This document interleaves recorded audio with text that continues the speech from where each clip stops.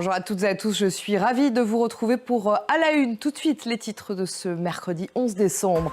Le bureau du président sud-coréen perquisitionné. Et après le journal, notre grand format nous mènera en Israël. Depuis les attaques terroristes du 7 octobre 2023 perpétrées par le Hamas, 350 000 Israéliens ont été appelés à combattre. Des soldats souvent très jeunes. Aujourd'hui, beaucoup sont traumatisés par ce qu'ils ont fait ou ce qu'ils ont vu. L'ONU et plusieurs associations accusent l'armée israélienne de nombreux crimes de guerre contre la population de Gaza.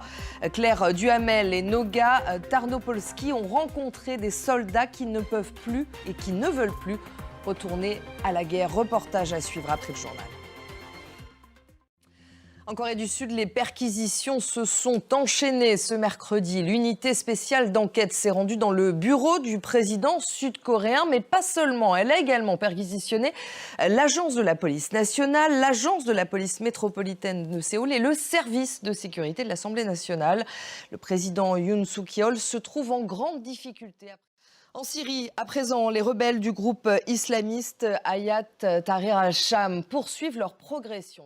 Mais les rebelles du HTC qui ont nommé hier Mohamed al-Bashir, le chef du gouvernement transitoire, il dirigeait jusqu'ici le gouvernement de salut du bastion rebelle d'Idleb dans le nord-ouest du pays.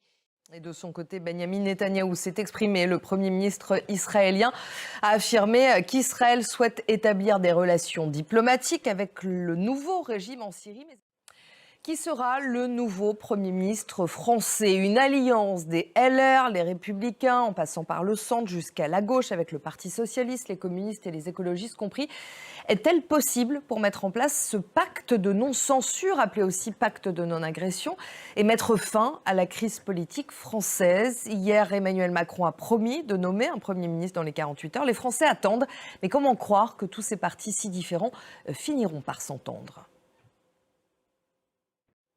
La guerre au Soudan, au moins 176 personnes ont été tuées lundi et mardi lors de bombardements imputés à l'armée, mais aussi aux forces paramilitaires. Cette guerre, je vous le rappelle, oppose depuis avril 2023 l'armée régulière et les paramilitaires des forces de soutien rapide. Des dizaines de milliers de personnes ont été tuées, plus de 11 millions déplacés. Sophie Samaï. Aux États-Unis et plus précisément en Californie, à Malibu, des milliers de personnes ont été évacuées. Et en Argentine, le président Javier Milei boucle une année de présidence. Il revendique des succès incontestables en matière d'inflation et d'endettement public. Mais à quel prix? La récession et l'augmentation de la pauvreté dans le pays jettent une ombre sur la pérennité du miracle.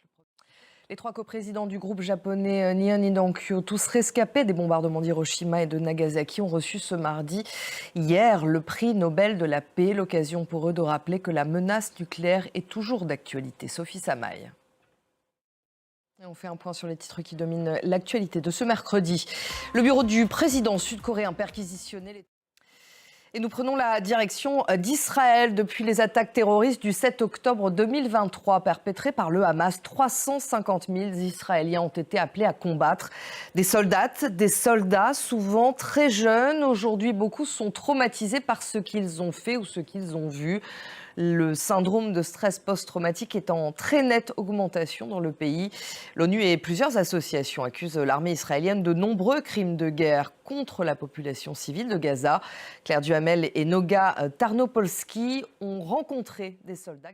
On se retrouve dans quelques minutes pour la suite d'À la Une.